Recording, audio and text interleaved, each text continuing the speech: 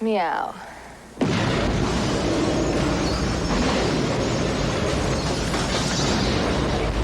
Michael Keaton is back as the Dark Knight, pursuing two very different villains in Batman Returns.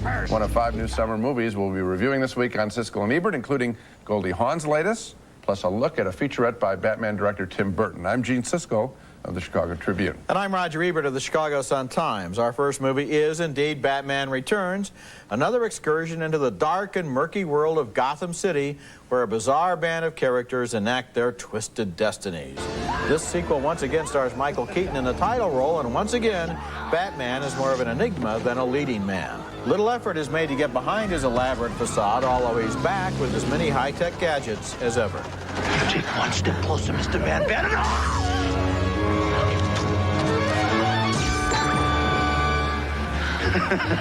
You missed. What's new this time are some fresh characters, including a romantic interest of sorts for Batman. Michelle Pfeiffer plays Catwoman. Who are you? Who's the man behind the bat? Maybe you can help me find the woman behind the cat. Also new, Danny DeVito as the Penguin, a grotty little man who was abandoned by his parents, raised in the sewers by penguins, and now wants revenge on society. What do you want? Ah, the direct approach. I admire that in a man with a mask.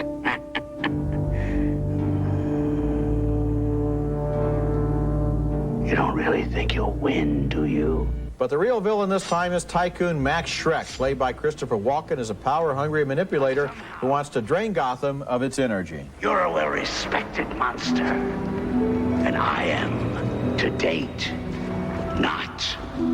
Frankly, I feel it's a bum rap. I'm a businessman. Tough, yes. Shrewd, okay.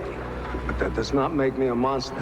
Batman Returns was once again directed by Tim Burton, whose credits also include Beetlejuice and Edward Scissorhands. And Burton is one of the most interesting stylists at work in the movies today. His movies are always terrific to look at. Batman Returns is consistently fascinating as a visual experience. But it's sort of hard to care about this movie. The storyline is confusing, the characters are only sketchily developed, and it's impossible to get involved in the fantastical story. I always felt I was watching from the outside. There are some strange contradictions here. Batman is not a successful movie, but it is, visually at least, an inspired one. Well, you know, Roger, I think that there are elements to get involved in the story. I did, and I enjoyed the picture. And the two parts that I enjoyed were the Penguin and the Catwoman characters. I think Michelle Pfeiffer is a good comedian and doing good light comedy. When we see her as the office worker who's going to be turned in after she's abused into Catwoman. And then Danny DeVito, I thought was actually pretty threatening and sad as this little baby, this ill-formed baby who's abandoned. And I thought, this is what Tim Burton does. He gives us characters, including Batman himself, who all have this private pain that they then work out publicly. Yeah, but you see, the thing is with Catwoman and with the Penguin is that they emerge, they are developed as characters, we get the backstory, and then they don't go anywhere. There is no engine pulling this train. There is no story to really get us from the beginning of this movie to the end, and instead what you have are set pieces, set design, character design, costume design, even personality design, but no narrative. The problem in the picture, it's not a perfect picture. The problem is the Max Schreck character. Frankly, he isn't particularly interesting. And his story of what he wants to do and how these other two characters fit in, I agree with you, that isn't worked out. But the point is that in seeing this story, I just saw this as a personal story rather than an action story. Yeah, but the thing is, maybe if the Penguin had wanted to do what it is that the Schreck character wants to do, that would give him some kind of an agenda. I agree with you. Because the problem is you have the two most interesting characters basically standing around as participants in somebody else's story. There's no no need for Max Schreck, Christopher Walken, in this picture at all. And yet I would say, once again, Burton makes great-looking pictures. Okay. Our next movie and our next film is called Cold Heaven, a psychological thriller starring Teresa Russell. As a married woman who has grown tired of her husband, Mark Harmon, she has an extramarital affair, and she's thinking of telling Harmon she's leaving him as they vacation in Mexico. What? I was just thinking about you and me playing tennis. We used to laugh a lot. Before they can have that heart-to-heart talk, Harmon is apparently killed in a boating accident, obviously leaving Russell with mixed feelings. But then suspicious things start to happen involving his corpse. Senora, I must tell you that your husband's body has disappeared. What? And the story gets more complicated when you-know-who actually shows up as Russell prepares to meet her lover in a motel room. Alex! Shut the door. Alex, what? Don't touch me. Wait, you're here. What happened? I don't want anyone touching me. What happened? What? Okay. Sit down. Tell me what happened. Please sit down. Cold Heaven offers fantasy dreamlike sequences which are supposed to make us wonder whether much of the story is just a dream in Russell's head. That stuff is a little corny, although the film does make a good case that every marital relationship is going to have stresses and strains and that it's a grand indulgence to believe that an affair can solve all your problems. But a mixed thumbs-down review from me on Cold Heaven because of the needlessly convoluted plot. I always am amazed when you look at a thriller like this and come up with the fact that it offers interesting insights into the stresses and strains of a marital relationship. That's not what this movie is about at all. This is... It was for me. Well, I guess it was for you. Yeah. All it really is a machine to create mystery and suspense and romance and sexual feelings and terror, and it works on that level very, very well. It's not really a movie, Gene, about marital stresses and strains. It's a movie about its plot. The very part you don't like is the reason this movie was made, in order to fool us and to toy with us in terms of what's really going on, whose motives are really genuine, and who's really alive or dead. In other words, are you really saying that you don't think I understand how thrillers work? Because to hold on to that thought, Roger, you'd have to say, Gene has never liked a thriller before. What happened when I liked those other thrillers? What I'm telling you is that the best thrillers not only work as thrillers, but they can be even better if they have some intellectual content. I'm not saying you don't understand how thrillers work. What I'm saying is that in this case, you didn't seem to realize you were looking at a thriller. You analyzed it if it's a marriage picture or something. No, I said it didn't work as a thriller. I said the one component that did work in it is that Nicholas Roeg and Teresa Russell, the director and a star who happen to be married, are working on a story involving marital life. Why reject that? Why not be open to that? I haven't accused you of not being open to that. You just did accuse me of not being open to that, but I think we're kind of off the point here. The fact is that as a thriller, I thought it worked and you thought it didn't work. That is absolutely correct. Good. I'm glad I got it right. When we come back, Steve Martin and Goldie Hawn tell one lie after another in Housesitter. You told him you were my wife? You charged the groceries to me? Well, I was hungry. Now, come on, you got to understand that. Well, what'd you tell him? How'd you get him to do it? Well, I guess he was under the impression that I was... Insane? That's a scene from Housesitter, a movie where Steve Martin is horrified to discover that a woman he hardly knows has moved into his new country home and is passing herself off as his wife. Now, that's nothing new for the character played by Goldie Hawn, who is a congenital liar. But what's intriguing to the Martin character is how quickly he identifies with the lies once he's entered into a pact with Hawn to pretend that they are married. His strategy is he thinks that will help him to win back the woman he really wants to marry, played by Dana Delaney. Goldie is happy to help him out. So, then he wants to marry me, and he hasn't even seen my face. So what he proposes is, which is, of course, what we did is we got married the next week at the hospital. And when the chaplain said, "You may now kiss the bride," instead of lifting the veil, the doctor unwrapped the gauze. Meanwhile, Martin's parents fall for the whole charade and begin to like the woman they think is their new daughter-in-law. Sweetheart. Yes, honey bun. Don't you think a reception is a really horrible idea? No. I mean, our marriage is in a very ambiguous state right now. Which is why your mother feels, and I, for one, agree, that it might be just what the doctor ordered. So you give it a fresh start. And I, for one, think you're right, Mr. Davis.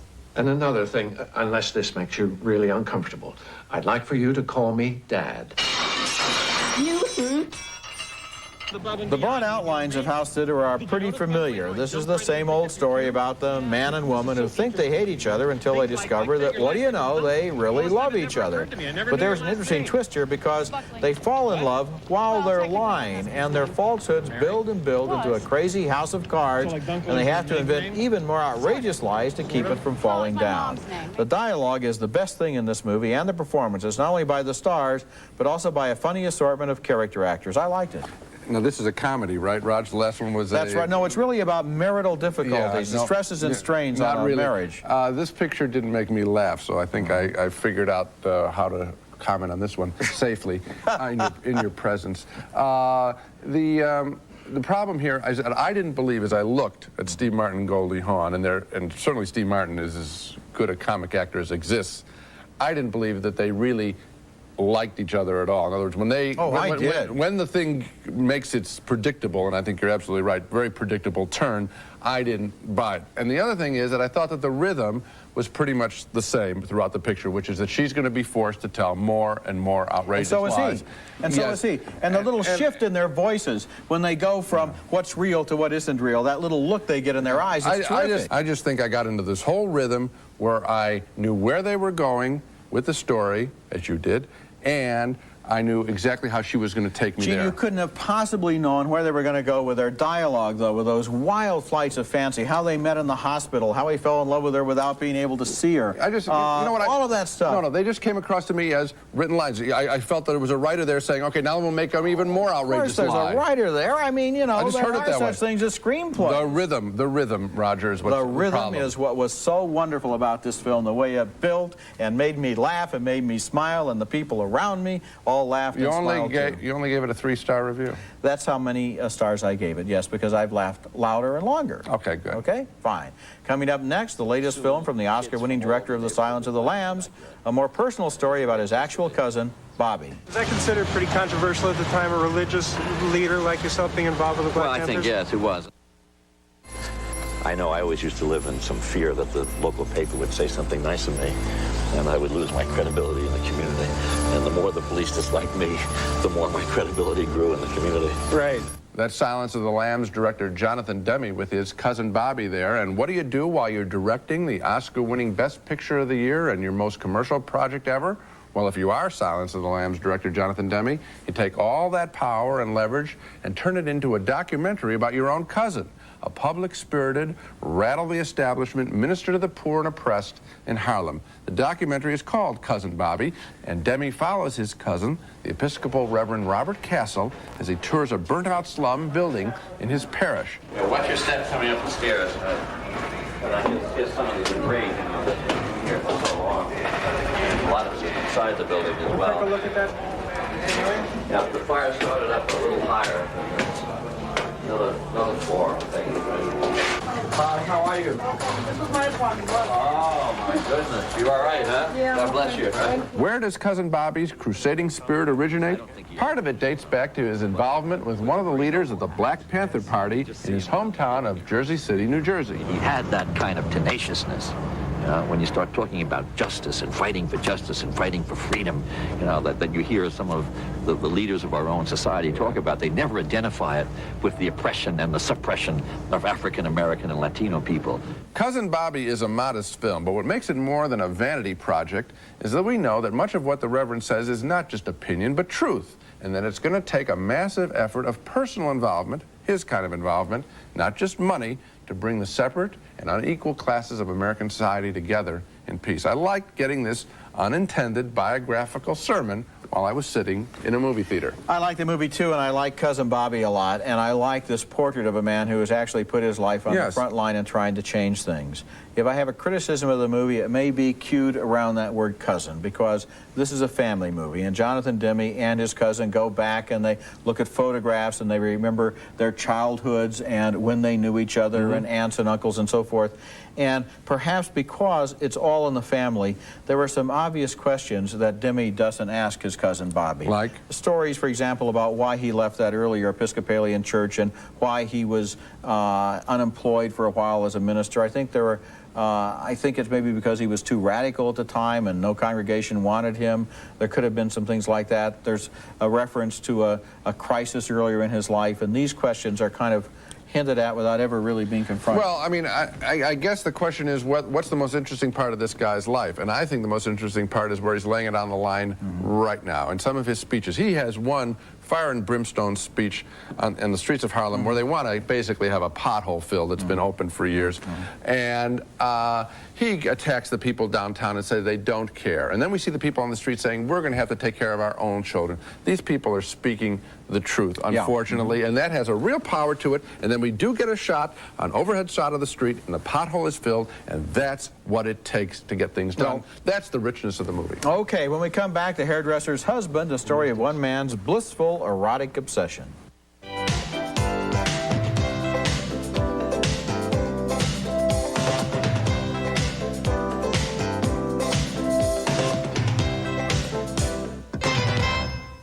Our next movie is named The Hairdresser's Husband, and this is one of the most quietly fascinating and provocative movies I've ever seen about erotic obsession and about madness. This movie is sexier than a dozen basic instincts. The film stars Jean Rochefort as a man who had a powerful sensual experience when he was a young boy, and it has dominated his entire life. Here's a memory of that experience when he went to his local barbershop and got a haircut from the woman who became the object of his first teenage crush. As an adult, he finds the woman of his dreams cutting hair in another shop, and he proposes marriage the first time he sees her. She does not respond, but on a second visit to her shop, he gets his answer. Je ne sais pas ce qui vous a pris l'autre jour. Vous avez sans doute voulu vous moquer de moi, mais si telle n'était pas votre intention, la moquerie, alors je suis sensible à votre proposition. Et si elle tient toujours, oui. That's Anna Galliena as the hairdresser. They marry, and she keeps on cutting hair, and he hangs around the shop all day, as happy as when he was a little boy.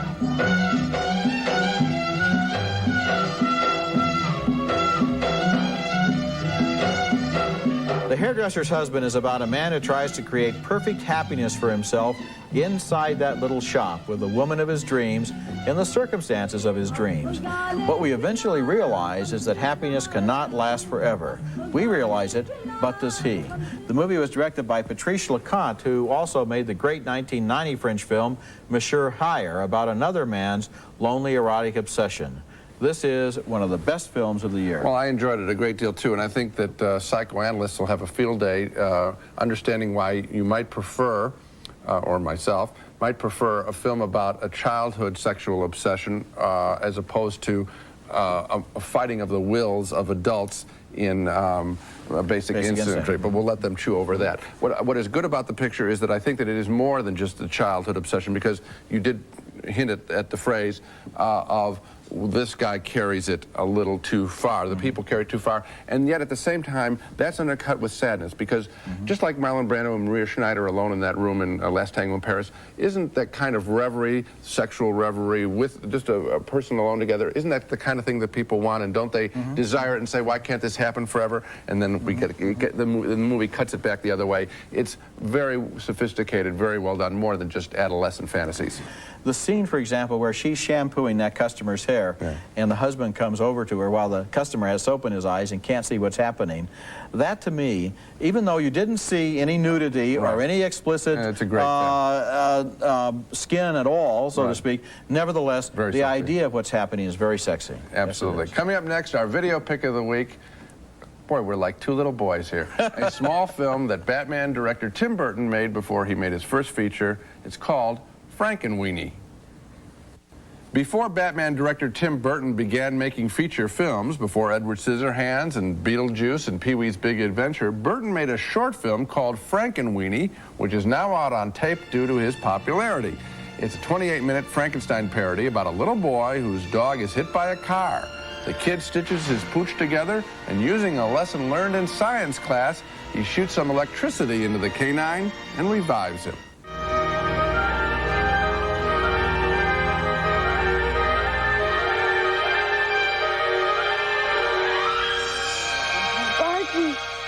If you're a fan of Tim Burton's films, I think you will definitely want to rent Frankenweenie. Now let's recap the movies we reviewed on this show. A split vote on Batman Returns. Roger liked the look of the picture better than the story. I enjoyed the tortured characters of the Penguin and Catwoman. Another split vote on Cold Heaven, the psychological thriller with Teresa Russell. Roger was intrigued by the mystery. I thought it was gimmicky. Yet another split vote on Housesitter, the Steve Martin, Goldie Hawn comedy. Roger laughed a lot. I found that all the jokes had the same rhythm.